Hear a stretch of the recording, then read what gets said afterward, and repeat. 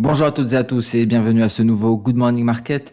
Nous sommes le vendredi 3 juin 2022, c'est le jour du rapport sur l'emploi aux États-Unis, le fameux rapport NFP, les Non-Farm Payroll, comme chaque premier vendredi du mois. Alors, on va commencer comme d'habitude par le contexte de marché. Tout d'abord sur le vieux continent, des indices européens qui ont terminé la séance en hausse, comme on peut le constater ici sur le CAC 40 et le DAX qui a gagné près de 1%, le CAC 40 lui a gagné près de 1,27%. Le marché britannique était fermé en raison d'un jour férié. Alors on a pris connaissance de l'inflation des prix à la production dans la zone euro, une inflation des prix à la production qui s'est encore accélérée pour atteindre un nouveau record de 37,2% en avril contre 36,9% en mars. Ça suggère donc que les pressions inflationnistes continuent de se renforcer dans la zone. À Wall Street, l'optimisme a également prévalu, malgré un début de séance plutôt hésitant. Dans ce contexte-là, le Dow Jones a grappillé 0,5%, le S&P 500 1,05% et le Nasdaq a progressé de 2% malgré les perspectives négatives de Microsoft et la faiblesse des données macroéconomiques. On va y revenir. Et donc cette séance a principalement été dictée par la réaction à l'avertissement sur les résultats du quatrième trimestre fiscal de Microsoft avant l'ouverture en raison de l'appréciation du dollar. Le marché a initialement réagi négativement et par la suite il s'est redressé au fur et à mesure, comme on peut le constater ici sur ces graphiques en données H4. Et donc on l'a dit, ce qui a dicté la séance c'est Microsoft, mais également des données économiques plutôt mitigées, notamment les données sur l'emploi avant le rapport officiel d'aujourd'hui. Et donc le rapport a montré que la croissance de l'emploi dans le secteur privé, selon l'ADP, était inférieure aux prévisions, mais que les inscriptions à l'allocation chômage ont diminué plus que prévu, tandis que la productivité du premier trimestre a été revue à la hausse et que les coûts unitaires de main-d'œuvre ont été également ajustés à la hausse. On notera également que la Maison-Blanche a déclaré qu'elle ne s'attendait pas à un rapport sur l'emploi supérieur aux attentes à chaque mois, dans une tentative apparente de refroidir les attentes du marché. Le président américain Joe Biden prononcera un discours après la publication du rapport NFP. Aujourd'hui, un rapport NFP qui est prévu comme d'habitude à 14h30.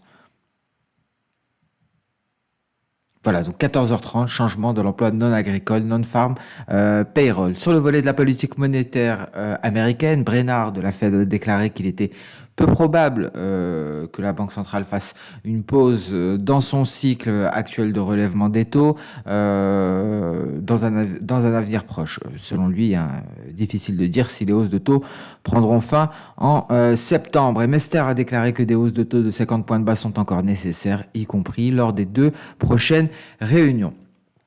Un mot sur le pétrole, parce qu'on en a pas mal parlé hier avec l'Arabie Saoudite et les Émirats Arabes Unis.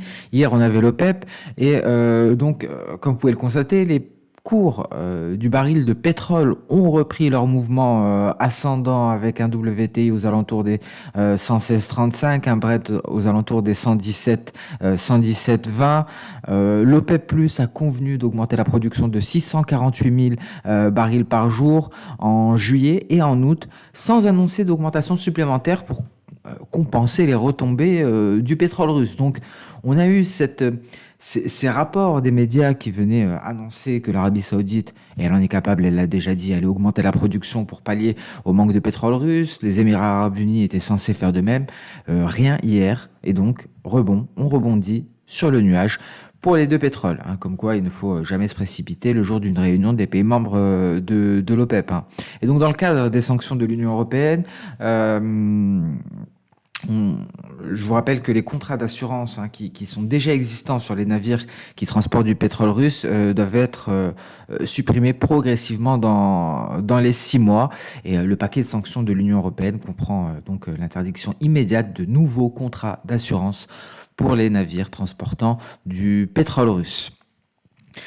Et selon un rapport du New York Times, Joe Biden devrait se rendre en Arabie Saoudite afin de rencontrer Mohammed Ben Salman, le prince héritier, dans le but d'améliorer les relations et bien entendu de parler énergie. Il n'y va pas Il n'y va pas simplement pour améliorer les relations, hein. Le but d'améliorer les relations, c'est justement d'essayer de souffler à l'oreille de Mohamed Ben Salman ce qu'il faut faire éventuellement. Donc voilà pour ce point du contexte global, le point sur la séance d'hier. On passe sans plus tarder sur le détail des indices boursiers avec le DAX.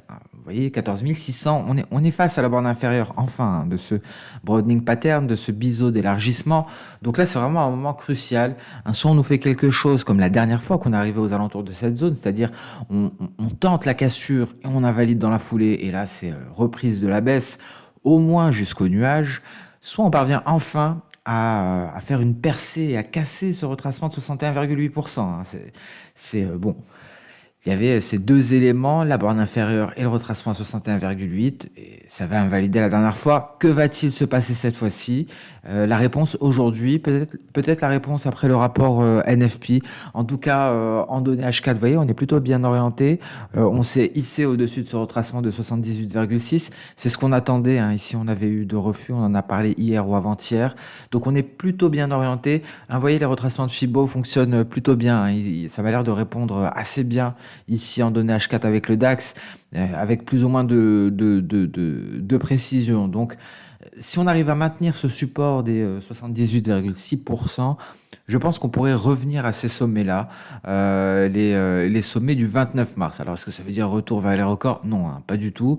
En tout cas, peut-être une prise de bénéfice une fois arrivé à ce niveau. Pour l'heure, les perspectives sont haussières d'un point de vue technique, mais bon, avec une petite marge de manœuvre de 2,40% environ, ça vaut le coup. En tout cas, voilà où nous en sommes pour le moment. Il faut réussir à sauvegarder ce retracement de 78,6% en tant que support. Vous voyez, on est au-dessus de tout élément Ishimoku. En temps de repli, hein, on verrait bien les cours revenir vers le nuage justement, prendre appui pour peut-être repartir de plus belle. Mais en tout cas, pour l'heure, décisive cette séance pour évaluer si oui ou non on arrivera à rallier à nouveau ces sommets aux alentours des 14 950 points. Alors, beau rebond du Nasdaq, très beau rebond, hein, qui efface 2 séances consécutives de baisse en une seule séance. En données H4, ici, c'est légèrement différent, hein. On s'est toujours pas hissé au-dessus du retracement de Fibo, ce 38,2 à 12 930 points. On marque une pause légèrement en dessous, donc de la même manière que pour le DAX, je pense que le NFP à 14h30 sera déterminant quant à la cassure ou non de ce niveau. S&P 500 aussi, très belle hausse. En données H4, on est un peu plus loin de ce retracement de Fibo. Ici, c'est un retracement de 50.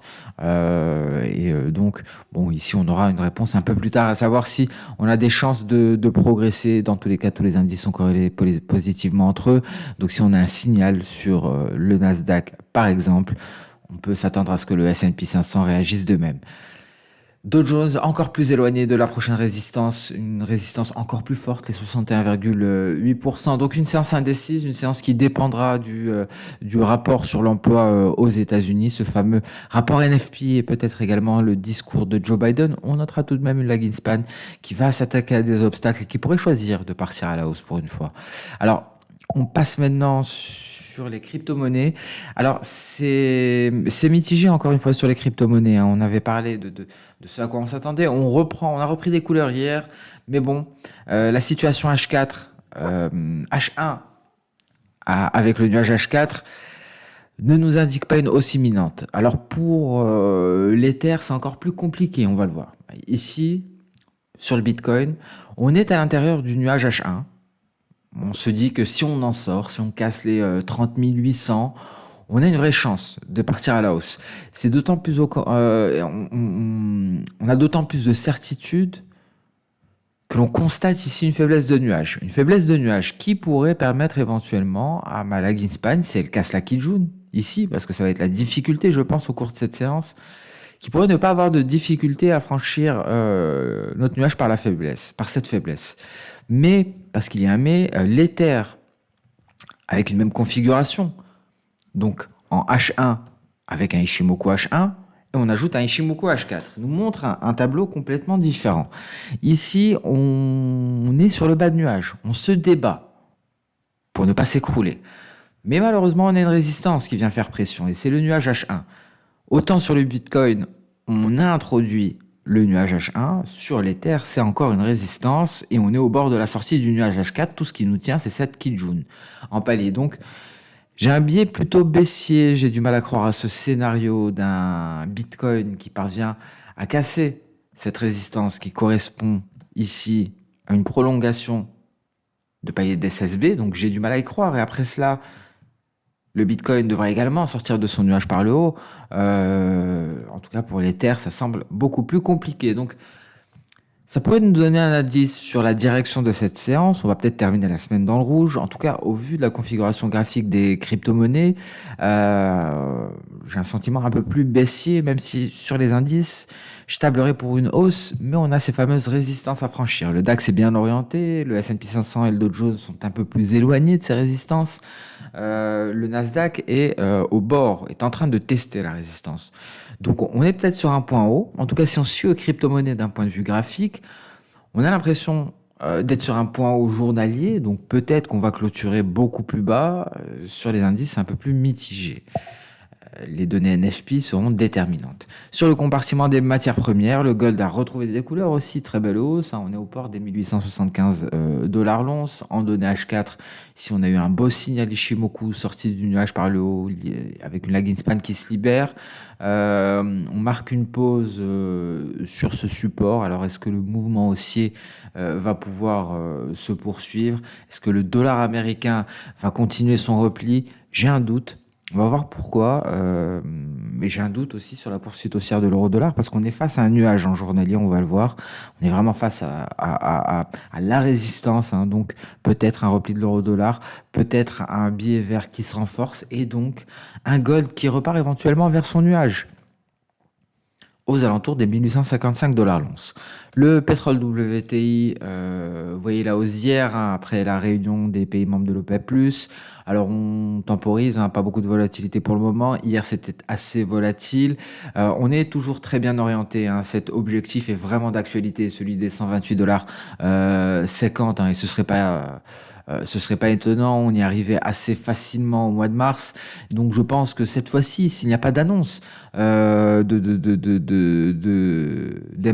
de l'Arabie Saoudite ou de Saudi Aramco concernant de certitude, hein, concernant la hausse de la production de l'Arabie Saoudite et des Émirats Arabes Unis, on est parti pour les 128,50. Après, Joe Biden va en Arabie Saoudite s'entretenir avec MBS. Je pense qu'à l'issue de cet entretien, il y aura des engagements forts éventuellement de l'Arabie Saoudite, hein. Je pense qu'MBS n'attendait que cela, éventuellement d'être directement sollicité avant d'officialiser les choses. Pour le moment, rien n'est officiel d'un point de vue de la hausse de la production. Tout ce qu'avait indiqué Saudi Aramco, c'était qu'elle n'était pas qu'elle avait encore de la capacité de production, qu'elle pouvait produire davantage sans assurer qu'elle allait le faire. Donc on attend cela. Ça permettra au marché pétrolier de se stabiliser, de marquer une pause. Mais en tout cas, hein, pour l'heure, on est orienté nettement à la hausse. Et ce qu'on va suivre aussi énormément lors des prochaines semaines, ce sont les stocks hebdomadaires de pétrole brut aux États-Unis. D'ailleurs, en parlant des stocks, hein, nous avons également des problèmes de stock en France. Peut-être qu'il faudra à un moment donné piocher dans les réserves stratégiques. Mais en tout cas, ce n'est pas la question pour le moment, car effectivement, on entre en période estivale, ce qu'on appelle la driving season. Il y a une hausse de la demande de carburant à cette période. Et donc les stocks seront surveillés de très près et on attendra de pied ferme l'annonce de l'Arabie Saoudite. Alors le café, on a marqué une pause. Voilà le café en journalier. Donc on attend cette zone, hein, éventuellement. La voie est ouverte, la porte est ouverte pour aller chercher ces récents sommets. Le café a marqué une pause hier. Donc on reste prudent pour le moment. On avait dit hier que peut-être d'un point de vue ratio risque-rendement, il vaudrait mieux être vendeur à ce niveau-là, ici, dans cette zone, plutôt que d'être acheteur ici. Parce qu'effectivement, vendre ici, ça nous donne de très belles perspectives, hein. Vous voyez, on a 15% de repli éventuellement avant le prochain support majeur, hein. On aura un support ici, bien entendu, sur sur ces 235, hein, cette SSB en palier. Donc, on va attendre une éventuelle poursuite haussière. Les fondamentaux sont baissiers et ces fondamentaux baissiers devraient se concrétiser prochainement. Et là, on pourra attendre une baisse. On passe sur le marché d'échange. Bon, on en a déjà parlé, hein. On a un biais vert qui s'est nettement replié. On a effacé la hausse de la veille. Et on se rapproche de support de dernier ressort. Et donc, ici, comme on le voit, on a eu un refus de se maintenir dans le nuage. On en ressort par le bas. Donc, est-ce que la séance d'aujourd'hui verra une percée dans le nuage? Le rapport NFP a beaucoup d'effets, hein, sur le biais vert. Il me semble qu'à un moment, on essayait de voir les effets selon les différents NFP. On le faisait sur le graphique journalier. Voilà. Vous voyez, hein, les NFP ont toujours de l'effet sur le biais vert. Ça, ce sont les différents NFP, qu'ils aient été positifs ou négatifs. C'est souvent des tournants, on marque souvent des sommets intermédiaires avant de repartir à la baisse ou des sommets tout court, des creux. Donc, c'est une séance importante pour le gold, c'est une séance importante pour le biais vert et également pour les indices, comme on l'a vu au début. En tout cas, pour l'heure, le biais vert s'est fortement replié hier. Cela a permis à l'euro-dollar de se hisser et on est à ce fameux point que l'on avait marqué. Maintenant, tout reste à faire. Certes, on a gagné beaucoup de terrain. On vient de loin. On vient des 0,380, 1,0350, je pense, environ. On vient de très loin. On est à 1,0750 à l'heure actuelle. Mais tout reste à faire. C'est à ce moment-là qu'on est face aux résistances. La première, c'est le nuage. La seconde, c'est l'oblique baissière. Pour le moment, je n'y crois pas.